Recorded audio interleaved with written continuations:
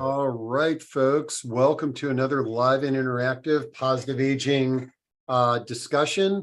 We've got a very important topic today that we're going to be diving into in a moment. But before we do, I've got a few housekeeping items, especially for those that may have never been to one of our discussions before. First off, these discussions are free and they're brought to you by the positive aging community. The reason we're able to bring these to you is thanks to the support, along with free copies of Positive Aging Sourcebook, because of the support of our Positive Aging community champions. And I'll scroll over to our website so that you can see how easy it is to connect with the champions. If you go to proaging.com, just at the top of the page there, you can make those connections. In addition, you can just shoot me an email or send me a message over LinkedIn if you're looking for a resource and you can't find it.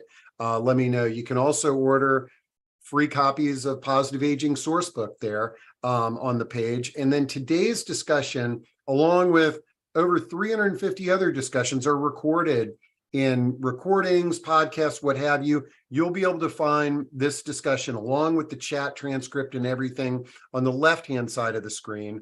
And then on the right-hand side, you'll be able to see our upcoming discussions. And I have to tell you, tomorrow, we have an absolutely amazing discussion planned. So if you haven't registered and you've got noon Eastern time free tomorrow, jump in on this discussion because you'll have an opportunity to meet Sam Simon and his wife. Sam's been diagnosed with Alzheimer's or with dementia, and he actually wrote a play which he performs that it talks about that journey, and it had me in tears. And it's an amazing inspirational journey, and it's also a great display of how we can be purposeful in life, regardless of the left hooks that life hit us with, one being dementia and Alzheimer's. So that's what we've got going on Thursday. And then on Friday, I'm really excited about this. So we are going to be learning about these height adjustable features that can be installed in all of our homes. And as you can see on the screen here, these the countertops, the cabinetry can move up and down, and even some closet. And this is out of I believe a German company called Granberg. And so we're going to get a demo on this really innovative technology, and we can all think about that top shelf of our kitchen that is all dusty and we never use it.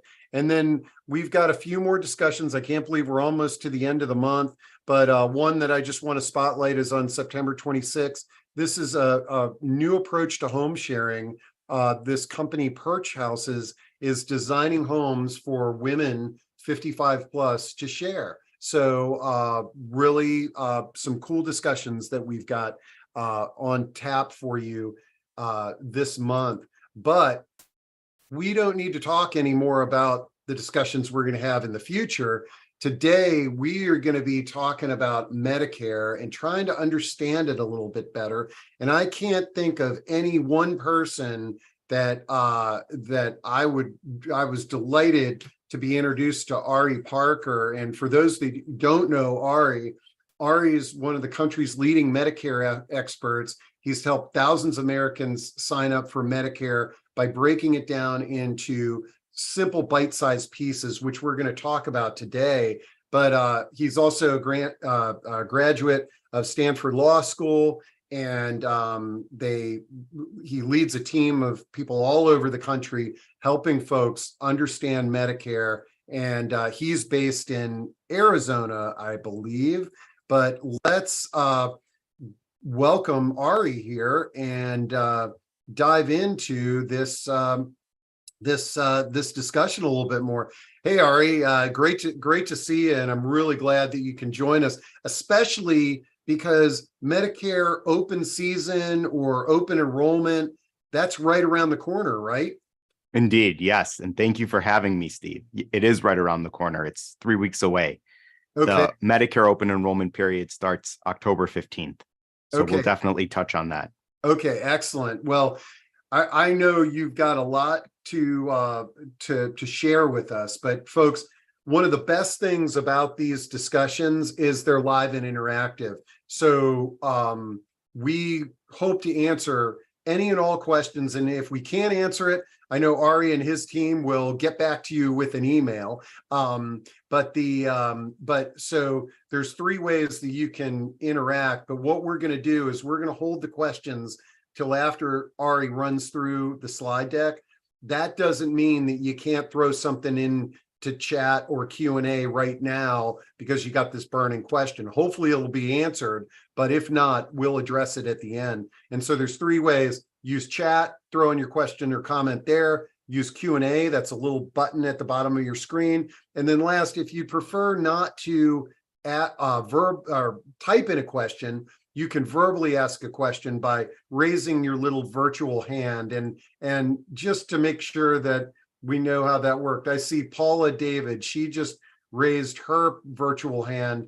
Let me just make sure Paula's not going to ask us a question right now. I bet you she was just testing her hand raising ability. So okay, so anyways, Ari, I'm fine dropping behind the curtain here, and I'll jump in if there's any issues. And we are I'm psyched to get your perspective on Medicare and what we should all be thinking about. Great. All right. Got the slides up. That's step 1.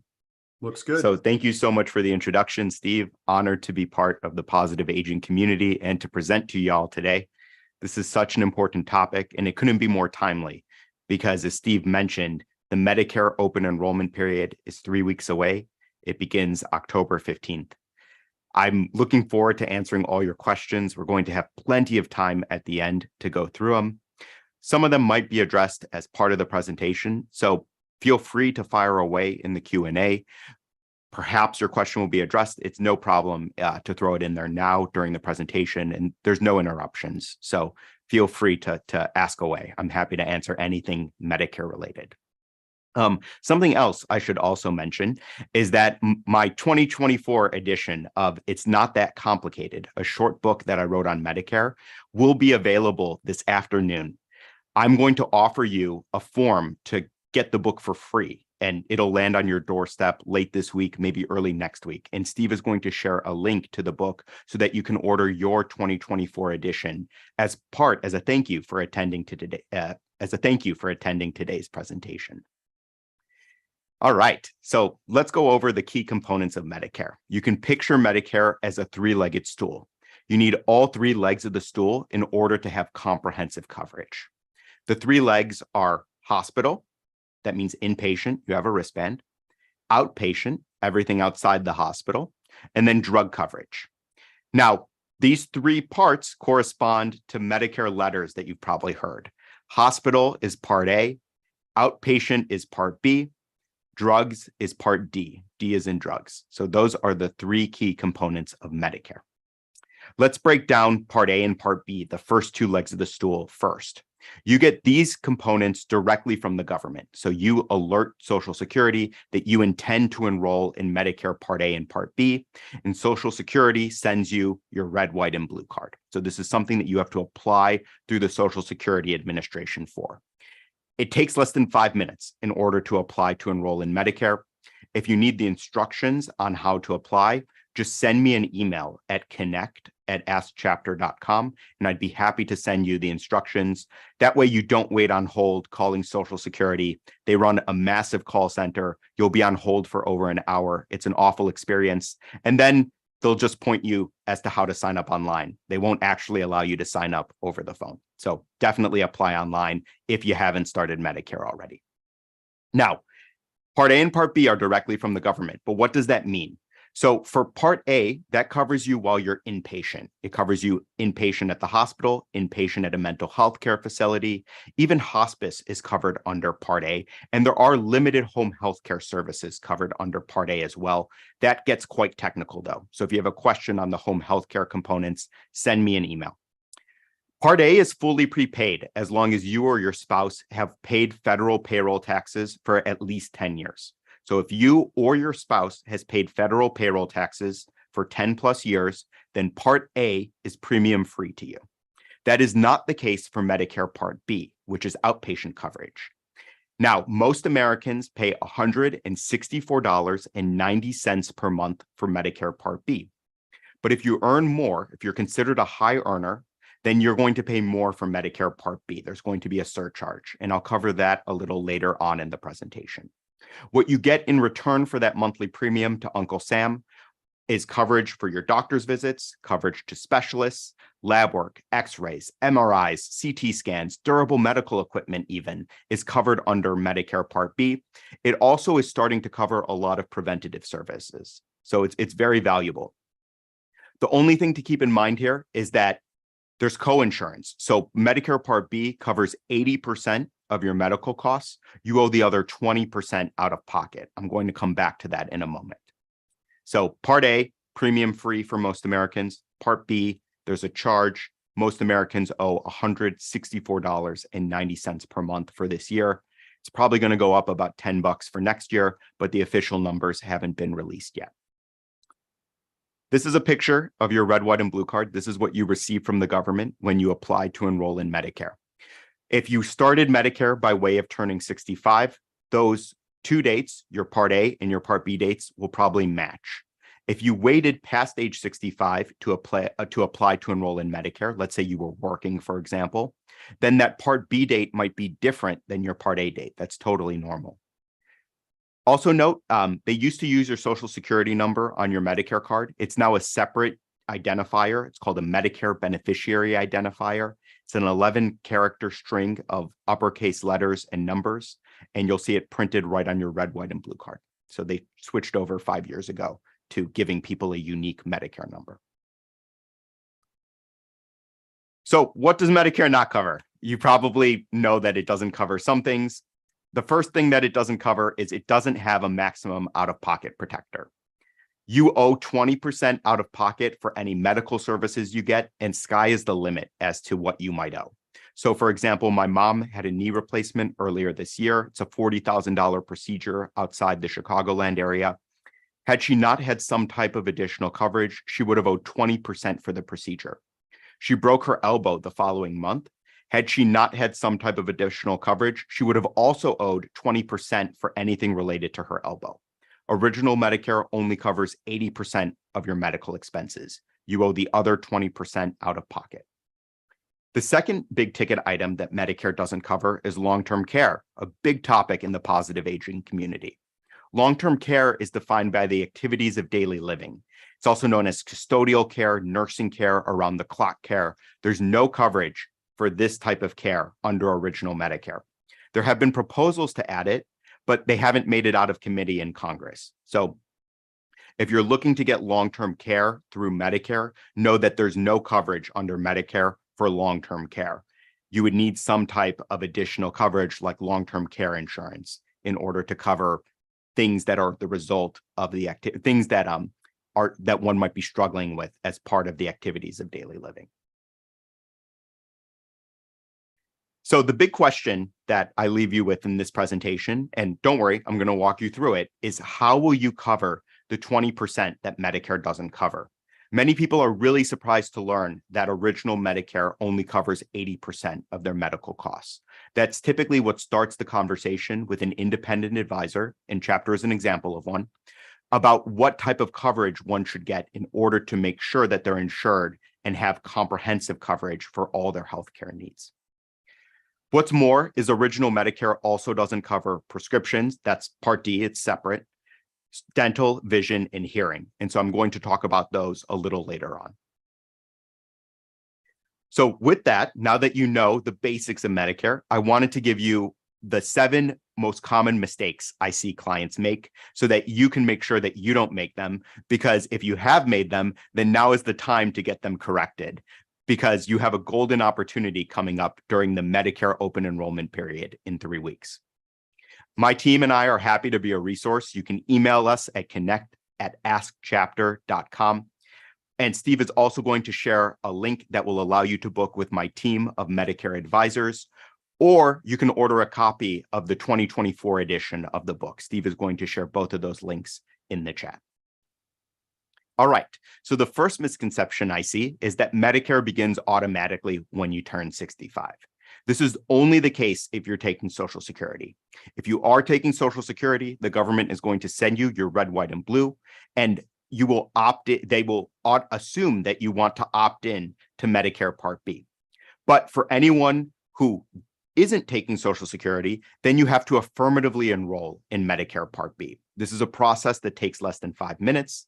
And for someone who's turning 65, you will have a 7-month initial enrollment period that begins 3 months before the month in which you turn 65 and extends 3 months after the month in which you turn 65. So for example, if Steve is turning 65 on December 23rd, then the earliest that Steve could sign up for Medicare would be September 1st. And as long as Steve applies anytime next month or in November, then he's going to receive a red, white, and blue card with a December 1st Part A and Part B effective date.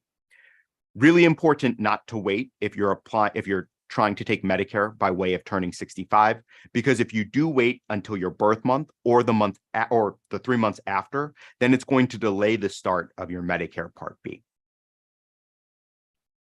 So those are the rules on someone who wants to enroll in Medicare by way of turning 65. Now, what if you're past age 65 and you've been working? Well, there's a special enrollment period that's offered to you as long as your employer has 20 or more employees. So if your employer has 19 or fewer employees, then you need to start Medicare by way of turning 65. Again, if your employer has 19 or fewer employees, you need to enroll in Medicare by way of turning 65. This special enrollment period is not available to you. Now, if you do work for an employer that has 20 or more employees, then you would use a special enrollment period if you want to remain on your work provided coverage. It's important to do the math here, though. Many people are surprised at what a good deal Medicare is. For example, my coverage through Chapter has a $3,000 deductible, but Medicare only has a deductible of $226. So it's important to go through the hard numbers, what you pay for your work provided coverage, what the deductible is, what the co-insurance is, and what the network looks like. Because when you get down to the actual numbers, you might find that Medicare might be a better value, even if you plan to continue working. And our team would be happy to do that type of analysis for you. So if you work for an employer with 20 or more employees and you're planning to come off your work provided coverage, then you will have an 8-month window to sign up for Medicare Part B. But you don't want to wait, because if you wait until you're finished working, then you're going to experience a gap in coverage and you're not going to have health insurance because you haven't alerted Social Security that you intend to start Medicare Part B. So it's very important to time it. The 2 or 3 months before you intend to sign off your work coverage is a good time to file the paperwork with Social Security to let them know that you intend to start Medicare. And our team can definitely help you with, it's less than a 5-minute process for this part 2, but the link to use is a little different than the one you would use if you're applying to enroll by way of turning 65. There is a nuance here. The nuance applies to someone who is contributing to a health savings account. I love health savings accounts. I contribute to one myself. They're triple tax advantaged, but they're incompatible with Medicare. You cannot continue actively contributing to a health savings account if you've taken any part of Medicare. Of course, you can still use any funds that you've contributed to your health savings account, but you cannot make fresh contributions to it. So really important exception there for anyone who's actively contributing to a health savings account. And I always get a lot of questions on this in the Q&A. Happy to answer anything related to health savings accounts. All right. The second misconception, it doesn't matter when you sign up for Medicare. It definitely does. The reason why is there are penalties for late enrollment. So if you miss your window for signing up for Medicare Part B, there's actually a 10% penalty for every year you should have had it, but didn't. The penalty compounds. So if you waited 5 years, you owe a 50% penalty, and it's a lifetime penalty. That's not the only penalty, though. There's also a penalty on Part D. So if you were supposed to have drug coverage through Medicare and you didn't have a suitable alternative, then you're also going to owe a penalty on the Part D. So there's two separate penalties if you wait too long to enroll in Medicare. So it's highly consequential. The penalties are cumulative, they keep compounding, and they're lifetime penalties. So if you have waited too long, there's no time like now in order to fix it, to put the penalty to bed. Of course, the penalty will still be there if you have one, but it will stop future penalties from compounding. The third misconception is there's nothing you can do about the Medicare high earner tax. Remember when I said that most people owe $164.90 for Medicare Part B? Well, if you're a high earner, you're going to pay more for Medicare Part B and for Medicare Part D. This applies to anyone who files their taxes solo and earns more than $97,000, or someone who files jointly and owes more than $194,000 and has income of more than $194,000. It's a 2-year look back, so Social Security is looking at your 2021 tax return in order to see what premium you owe for 2023. Now, if you've had a change in life circumstance since 2021, for example, a work stoppage, a work reduction, a divorce, then you can appeal what you would owe. And this is called an income-related monthly adjustment amount, or IRMA is the acronym the government likes to use. Don't ask why. You can appeal your IRMA. So you can ask the government to look at your 2022 return or even your anticipated income for this year if you've had a change in life circumstance. This is something our team helps people with every day. If you think that if you're a high earner and you believe that you're overpaying for your Medicare Part B and Part D, then send an email to connect@askchapter.com and I will get you connected with one of our experts so they can help you file a Form 44 appeal if it applies to you. The fourth misconception is that Original Medicare covers all your costs. You know that it only covers 80% of your medical expenses. So how to cover the other 20%? There are two ways. The first way is to keep Original Medicare and to add a Medigap plan. Medigap is also known as Medicare Supplement. The two terms are synonymous with each other. And what this does is it preserves your choice of doctor. You can see any doctor nationwide who accepts Medicare. And it's also the most flexible coverage because you don't have to ask a doctor for permission to get a referral. You don't need to ask for permission to go to Mayo Clinic or MD Anderson, for example. Those institutions work with Original Medicare, and they also would accept your Medigap plan. Now, this covers the gap in what you would otherwise owe under Original Medicare. It covers the 20% of your medical expenses. The only other thing you would need if you go this route in order to have comprehensive coverage is a standalone Part D prescription plan. So if you go option one, make sure that you sign up for a standalone Part D prescription plan as well so that you have drug coverage. These plans typically cost about 2 or 3 fancy cups of coffee per month. So it's totally worth it, even if you don't take any medications at all, because even if you take no medications, there's still a penalty if you don't sign up for Medicare Part D, and you definitely want to avoid that penalty. The second option to achieve comprehensive coverage is to replace Original Medicare with what you see advertised on television. So what's advertised on television are Medicare Advantage plans. This is also known as Part C plans, all-in-one plans. You see Joe Namath, William Shatner, Jimmy Walker. They're all talking about these plans on television. These are replacements for Original Medicare. It substitutes a private insurance company's network of doctors for what you would have received for the flexibility of Original Medicare, which doesn't have any network restrictions. So this is where we get into HMOs, PPOs, things that look familiar to your employer coverage. The benefit of these plans is that they're low premium. 65% of them have a $0 premium, in fact. However, you still owe your Part B premium to the government. It doesn't zero out your obligation, your cost for Medicare Part B. What people also really like about these plans is that they come with drug coverage bundled in usually. They come with dental, vision, and hearing, which are all things that Original Medicare doesn't cover. What people like less about these plans are the network restrictions. It's managed care. Now, if you are interested in Medicare Advantage, what's great about Chapter is we search both types of plans. We can show you your Medigap options and your standalone Part D prescription options. We can also show you your Medicare Advantage options, and we search nationwide. There are over 24,000 plans. We have all of them at our fingertips, and we're the only company that can say that. There's no charge to work with us. It's entirely free to you. So those are the two options. The good news is that there are only two. The thing is, they're very different from each other. To unpack Medigap a little further, and I know that Steve got questions on Medigap before the presentation, this is really the plan that you would choose if you want maximum peace of mind. Medigap is standardized under federal law. What that means is a Plan G in the state of New York, for example, works the same way as a Plan G in Florida, in Arizona, in California. There's no network restrictions. You have the same network as original Medicare. You don't need to ask for referrals in order to see a specialist. There's no additional bills or copays if you choose Plan G. G is a type of Medigap plan. And remember, these plan letters are standardized under federal law.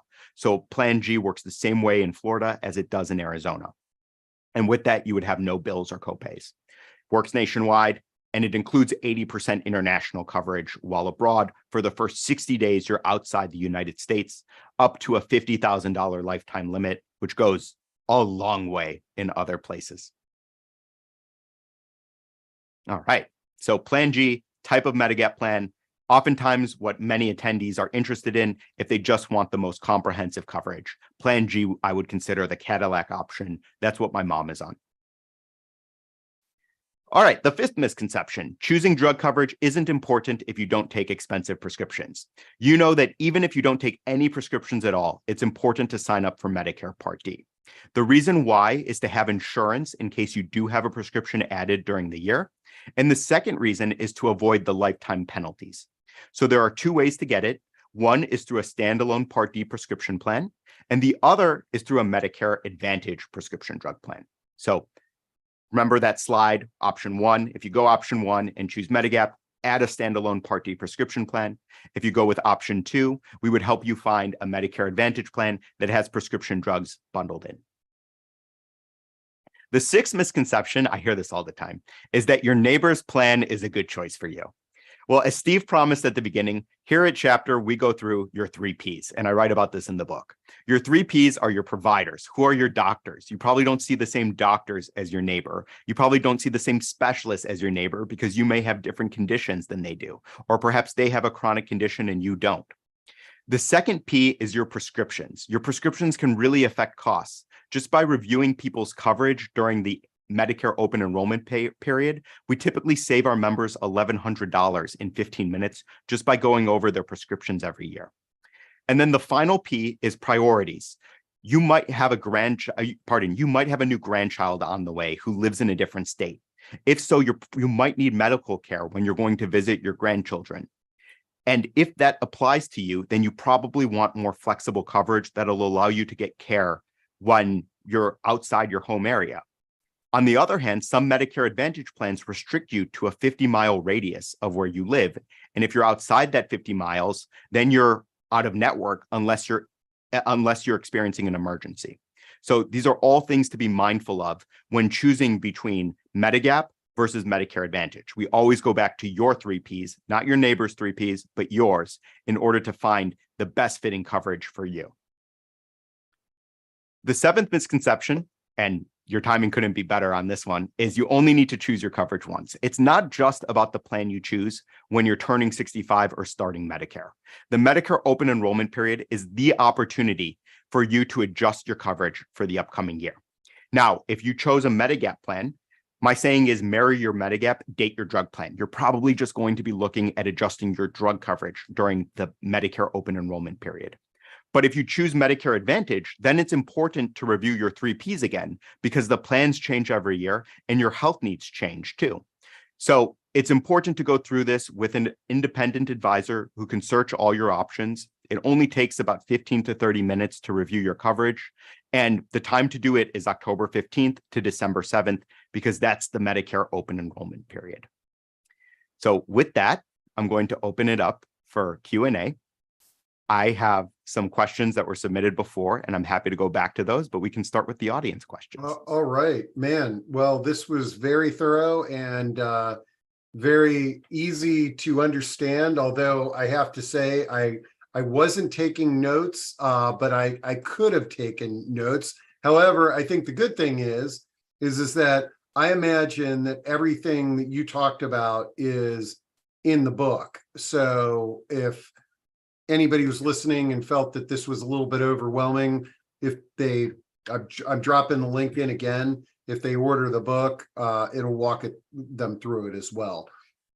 Also, this is recorded, but we do have a bunch of questions. Okay, and why don't we start though with that question that was emailed in this morning, and somebody there, I forgot her name, but she says, I'm 80 years old without any health problems at this time.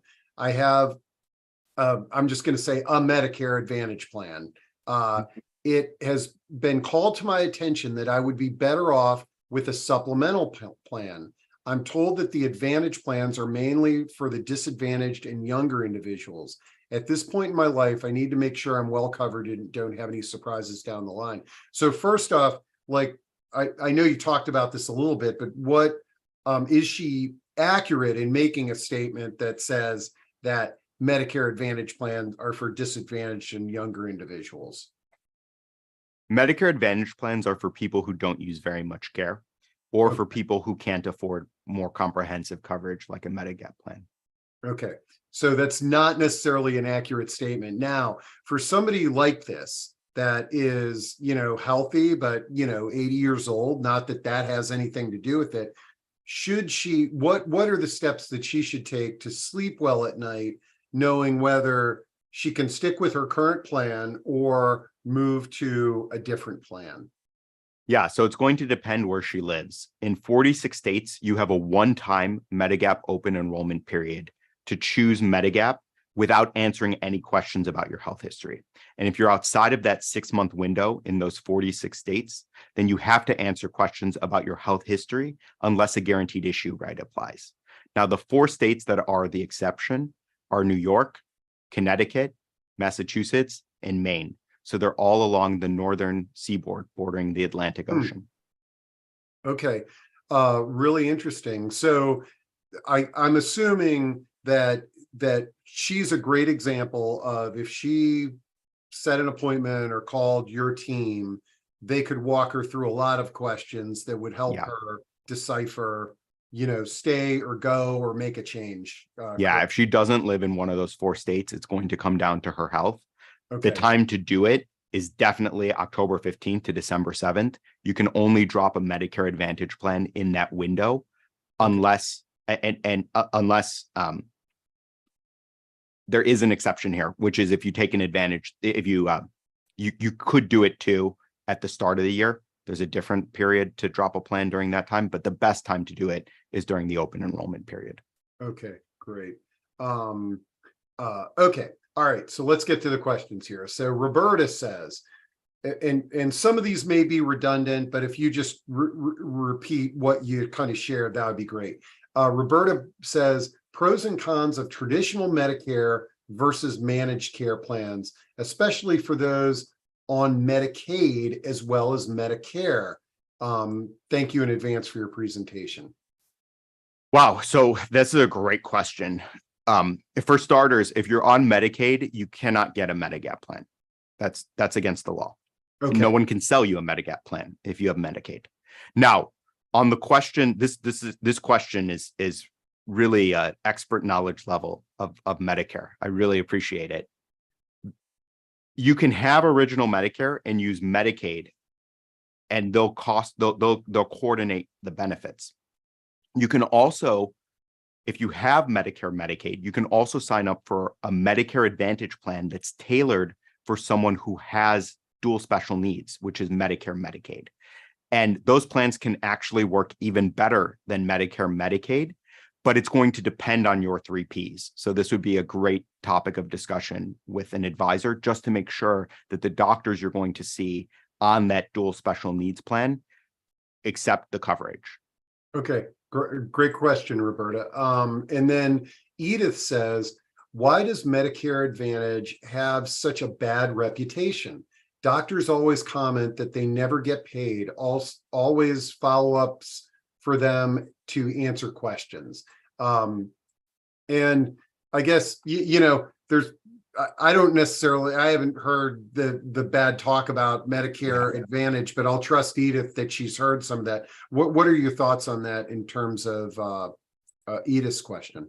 Yeah, Edith's not wrong. Medicare Advantage definitely has a reputation. Some of it is deserved, some of it isn't. A lot of it goes to the way the plans are marketed. They're advertised heavily on television. So seniors may feel that they're being bombarded with advertising, especially beginning right now and extending through December. The commercials just play continuously on the radio, television, in print, you name it, mailers.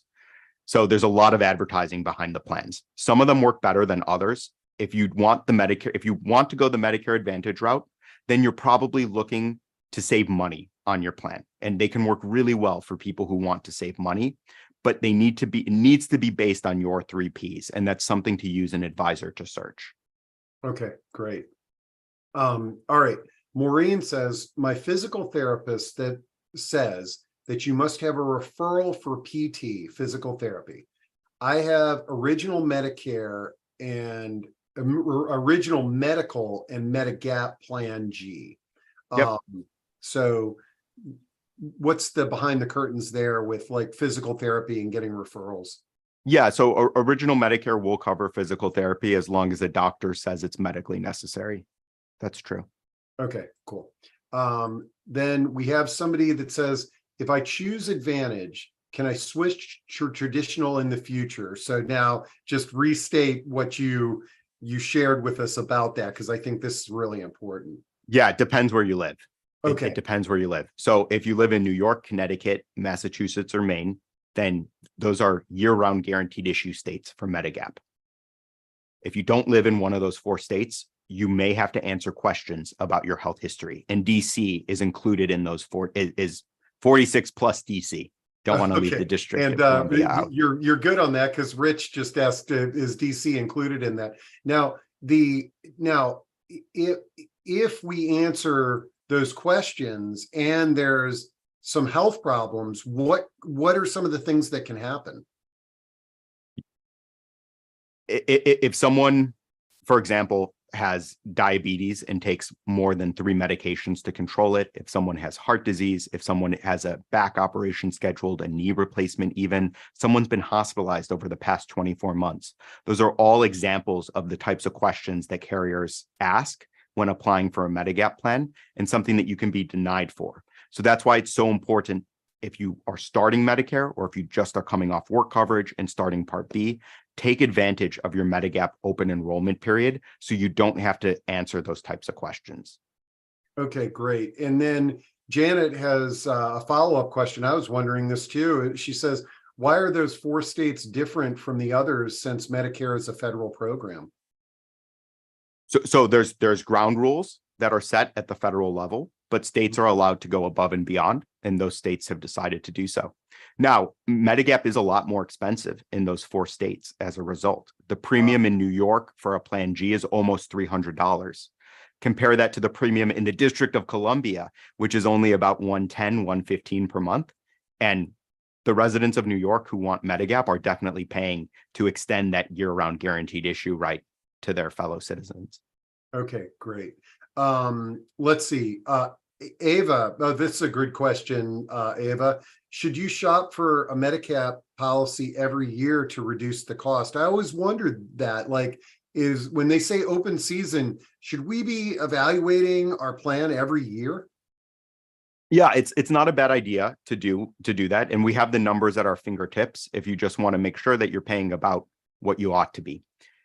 There's no, this question is a great one because it picks up on the fact that these plans are standardized under federal law. So there's really no difference except for price in comparing them, right? Okay. Otherwise, the carriers are just competing on their marketing and branding.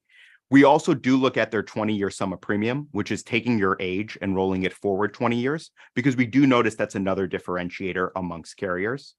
Okay. But I want to caveat this, because if you live in one of those 46 states plus the District of Columbia, you will need to answer questions about your health history if you want to switch, unless a birthday rule or anniversary right applies, which 11 states have established. Okay, great. And let's see, I'm going to read another question, but I also see Edith has her hand raised. And Edith, if that's not a mistake, you can turn on your mic. If not, just ignore it. The Elizabeth asks, is there any medical insurance plan that employers can provide for their employees older than 65 to help cover their Part A copay or Part B medical expenses that is less expensive than insurance plans that they provide for their younger employers?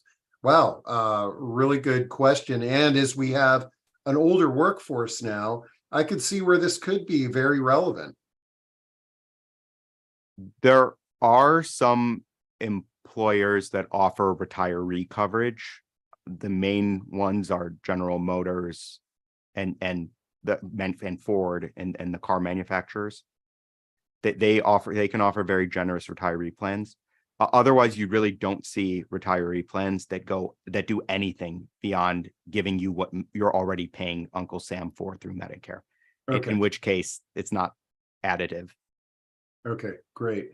And Eva, let's see, I think this is a follow-up to your other question. Eva, can you swap option 1 with option 2 every year? Yeah, you can come off your Medigap plan and choose a Medicare Advantage plan during the open enrollment period, which is 3 weeks away. But remember, you can do it once. You get a one-time opportunity to switch back from your Medicare Advantage plan to your Medigap plan without answering questions about your health history. That's a one-time trial right. Okay. Outside of that one-time trial right, though, you would need to answer questions about your health history in order to get your Medigap plan back. Okay, great. And let's see, Lewis asks, I have a Medicare Advantage plan. I want to switch to possibly to Medigap because I need a procedure they do not do very well. Will this be difficult because I can be underwritten? And I know for a fact that Lewis lives in Maryland. Yeah.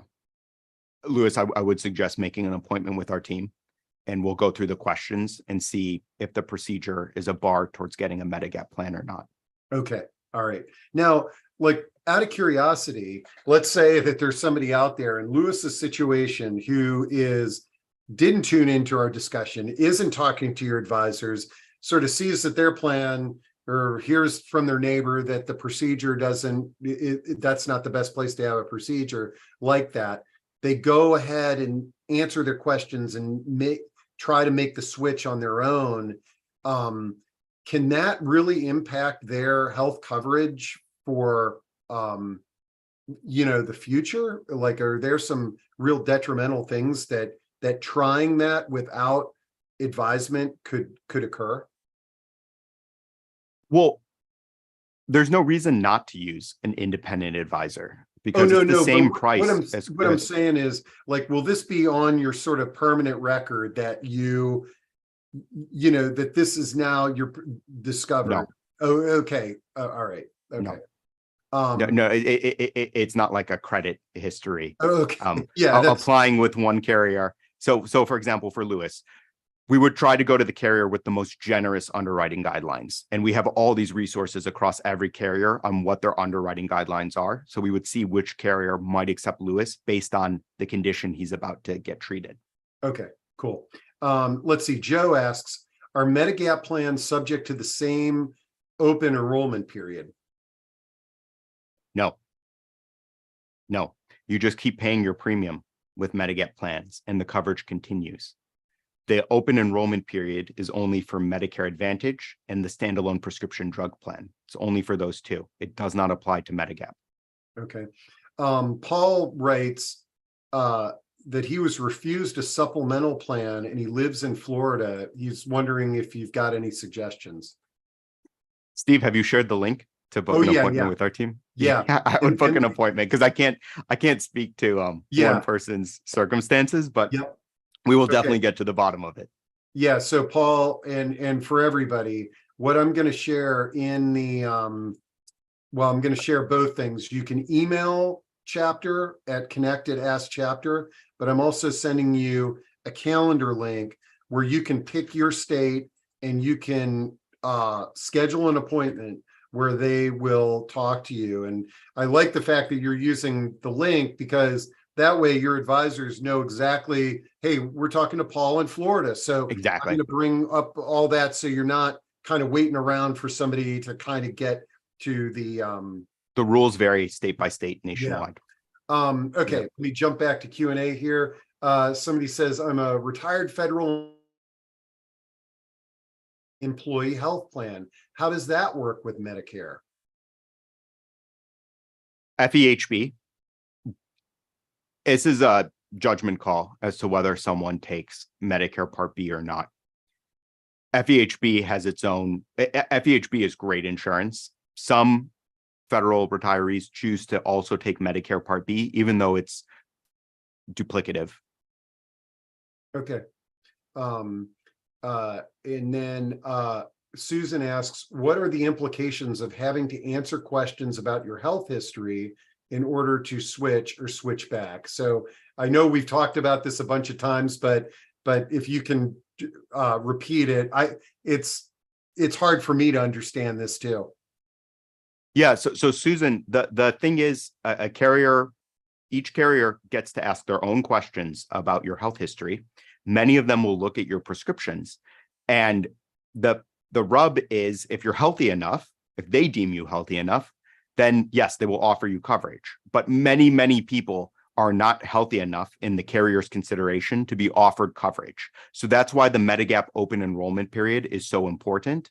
And once you secure your Medigap plan, as long as you keep paying a premium, the carrier isn't allowed to take you off of it. You can't be removed from it as long as you keep paying your bills. And they also can't rate you differently. So once you have it, that's the price will go up as you age, for example, if you're on an attained age coverage. And don't worry about what that means. Happy to go over it with you one-on-one. But yes, that's essentially what it means. The risk is your health might change, right? So if you do it year over year and keep shopping around, if your health changes, then a carrier might not offer you coverage. Okay, great. And then the question, is there a fee to meet with one of your advisors? And maybe talk about how your organization, your advisors work and how it all works. Yeah, it's entirely free to meet us. We earn revenue and to work with us, period. We never charge our members. We earn revenue from insurance companies. We are contracted with several dozens of carriers across the country, but that does not affect the type of plan that we will help you choose. We search across all plans nationwide, and we will find you the best fitting coverage, whether the plan pays us revenue or not. Okay, great. And then your advisors are not working on commission. They don't even know which plans provide compensation, correct? All that matters to our advisors is making the single best fitting recommendation for the person they're working with. Yes, they do not know which carriers we receive revenue from and which ones we don't. Okay. Janet says, I've encountered state plans for retirees that bill Part A and Part B first, and then the Medicare Advantage plan covers secondary, or at least that's what it looks like. Can you explain what's happening here? Yeah, this is straightforward. Original Medicare is primary insurance, and then the state coverage is secondary. Okay, great. Okay, Maureen says, clarification. Did you say we do not need referrals if you have original Medicare or Medigap for services, but you need a doctor to say that you need PT as a referral? Can we not self-refer to PT then? Are there other things that you need referrals for? Good question there, Maureen. Yeah, great question. So you do not need referrals under original Medicare to see a specialist. Okay. PT is an exception. PT, you need a doctor to say that you need PT and what it's for. It just has to be medically necessary. That's all. Now, what about the question is, are there other things you need referrals for? And the answer is no, not that I'm aware of. PT would be the biggie. So like if somebody needed speech therapy or occupational therapy, that's not in sort of that same bucket? Or occupational and speech therapy is covered under Medicare. There are some this can get tricky because some providers have opted out of Medicare, but just send me an email at connect@askchapter.com, because that speech therapy, occupational therapy, and then psychiatry are three examples where some doctors don't accept Medicare, but nationwide, almost every doctor accepts Medicare. Okay, but for the referrals, PT is really the main one that you need a referral. Okay. Yeah. Can you comment on the differences between FEHB and Medigap? Which is more advantageous in terms of care, coverage, and price? And again, the FEHB is federal. Yeah, I don't. So FEHB is quite expensive. This question raises a really good one about comparing the premium for FEHB to Medigap. There are downsides to giving up your FEHB though, so we just need to walk through the pros and cons. Okay, all right. Yeah, folks, a lot of these questions are the answer is sort of it depends. And that's the cool thing, that you could talk to one of the advisors and get a little bit of feedback on some of these. But are the links are in the chat, right? Exactly. Yep. Okay, great. I keep on throwing them in there, and then I'm also going to have them in the recording link as well. Okay, Laura says, I've been paying Manhattan Life and Delta Dental, and I've received no reimbursements for hearing or dental claims submitted. Where do I get help? I'm not sure if that's a Medicare question. Yeah. Private, like, plans. Yeah, Laura, send us an email at connect@askchapter.com and we'll see what's going on. This isn't the first time, unfortunately, I've heard of someone's dental and vision standalone plan not reimbursing them for coverage. Okay, and I'm typing that in there for Laura. Roberta says, do you have to cancel your current Medigap plan if you decide to shop around for a different carrier? Roberta, I'm glad you asked that. So you can, like in Lewis's case, he can keep his plan and now shop around, so he's not potentially hanging out to dry, correct? You got it, Steve. That's exactly right. You don't want to cancel your plan before you've been approved for your new one. All right. And then Janet says, to clarify, is the option for Medicare to be primary and Medicare Advantage secondary only available through state plans? And if Medicare Advantage plan is secondary, does the beneficiary still have cost sharing? Whew, boy, we got a knowledgeable audience here. Yeah, so this is a good question, Janet. Medicare Advantage is a replacement for original Medicare. So it has to offer coverage that's at least as good as what Uncle Sam would have provided, and it also has to offer a maximum out-of-pocket protector. But the cost sharing is going to be spelled out in the plan summary of benefits.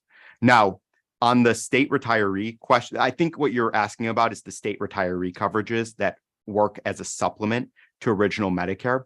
That's a nuance. And so if you have questions about how that would operate in terms of the primary secondary structure, let's take it offline. Okay, great. All right, so let me look here. Cedar says, contact your state Bureau of Insurance if the company is not paying, but you need to read the fine print, probably under a microscope. That was addressing that plan there. Bonnie says, tell me if I should call, but I suspect a lot of people in the DC, Maryland, Virginia area have Kaiser Permanente. Should it be considered just like any Medicare Advantage plan, or is Kaiser different? Covered under spouse, retired federal employee with Kaiser who just turned 65. Yeah, that's great. If you've been with Kaiser for a while and want to remain with Kaiser, then Kaiser has an excellent Medicare Advantage offering. It sounds like what you might be offered through FEHB is slightly different than what you would receive under Medicare Advantage, right? Because FEHB is separate from enrolling in Part A and Part B, but some federal retirees do choose to enroll in Part B still, even though they're paying the Part B premium and then their FEHB premium. Okay, great. And yeah, but we work, I don't want to say any carrier in particular, but we do work with many of them, including the one that was mentioned in the question. Great. And then I'm looking at the clock. It's 5 minutes to the top of the hour, folks. We got a few more questions here and one more, and then they keep on coming in. Ari, you're good hanging for a little bit here. And then just if you need to jump off, this is recorded. All of the chat and everything is going to be included along with the links to the book, the email to Ari, and the scheduling, so you could pick your state and talk to one of the advisors and get some feedback. Yeah, it's Steve. I'm good to go another 5 if you can. Okay, cool. So Eva says, what's the best option for prescription dental or vision benefits? It's going to depend on your 3 Ps: the doctors you want to see, the prescriptions you take, and your priorities. Okay. I think that brought up the supplemental, those supplemental plans. Do you advise folks on the supplemental, like dental plans and things of that nature, if it's not covered under their plan? So this is a really important point, that original Medicare doesn't have coverage for dental, vision, and hearing. So if someone wants to go the Medigap plus standalone prescription drug route, sometimes they're worried about the dental and vision costs associated with those plans. We could look into standalone options for you. Typically, I don't recommend them. I think they're a ripoff, those standalone dental and vision plans, primarily a ripoff, because the cost of insurance is more expensive than what you get in return. Okay. Yeah, I noticed, I looked at a plan not too long ago. Somebody was sharing that with me and I was like, wow, that's not much coverage. It's not. Yeah. And of course, your dentist has to accept it then. You're limited to certain vision centers. Yeah. There are limitations you might not be willing to tolerate. Okay. That said, if you like a dentist, ask the dentist's office if there's a particular insurance company that they have good experience with, and then go with that insurance company. Great idea. Okay, Melissa says, does Medicare Advantage plans have language in regards to funding for home accessibility, like ramps, bathroom modifications, and grab bars? Would a letter of medical necessity assist in somebody getting that? This is great. This is keeping our homes safe and accessible, and having products in that is something we talk a lot about here on our discussions. Are there any of these plans that have coverage for those types of things? There are. It's going to depend on Melissa's zip code, though, and what plans are offered, because they vary zip code by zip code nationwide. Okay, great. All right, let's get through a few more of these here. Let's see here. Some good resources there in chat that people. Okay. Are hearing aid, Joe asks, are hearing aid benefits available in any of the medical supplement plans anticipated in the original Medicare anytime soon? So how do hearing aids work with all this? No coverage under original Medicare for hearing aids. There are Medicare Advantage plans that offer substantial hearing benefits, but remember, that would be replacing your original Medicare. Okay. And then reiterating Deb's question, what dental coverage is covered under Medicare? Again, that's not covered. No, so except in very, very limited circumstances, like a kidney transplant. Okay. And then Cedar is sharing the VICAP programs that are available in various area agencies on aging. These are, insurance counseling programs. Do you all work in alignment with any of those programs that are around the country that are generally administered through the area agency on aging? So is this referring to state health insurance programs? Yeah. Like SHIP? SHIP, yeah.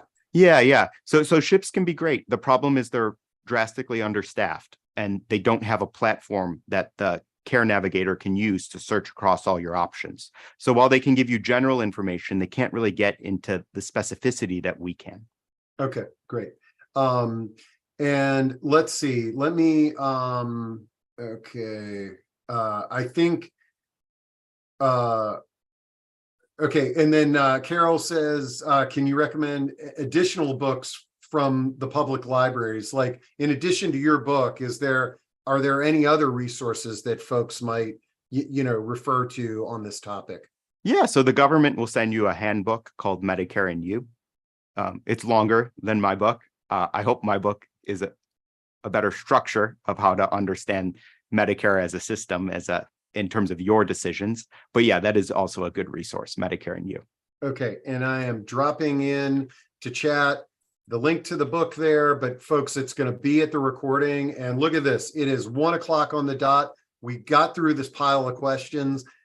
You guys are great in the audience. I mean, what a great, I love hearing what's on your mind. And Ari, I am blown away at how succinct and easy to understand you're explaining this is. It's still complicated, but you simplified it. And I really do like always referring back to those 3 Ps. I think that that's really important because it's easy to sort of get drawn in by, one price or one prescription that you've got or something like that. So yeah. I'm delighted that you've got the you and your team can cover anybody in just about any state, at least getting those questions any state answered. Yeah. And folks, I'm going to make sure that those links to Ari and his team are front and center on the recording link. And this is great. I can see us having you back again because I know that there's always questions that are out there. Indeed. Thank you so much for having me, Steve. These questions were fantastic. I've never had an hour of Q&A before. So kudos to the community. I told you before, you're like, oh, don't worry. We'll be done in 45 minutes. I go, I don't know. Our audience is pretty inquisitive, and you guys didn't disappoint. We beat his average presentation. We beat the record. Time, so I like that. All right. Well, Ari, thanks so much. And folks, thanks everybody. We'll see you at some of the discussions that are coming up, and I'll get this recording right up so you can share it with your friends and family. Talk to you.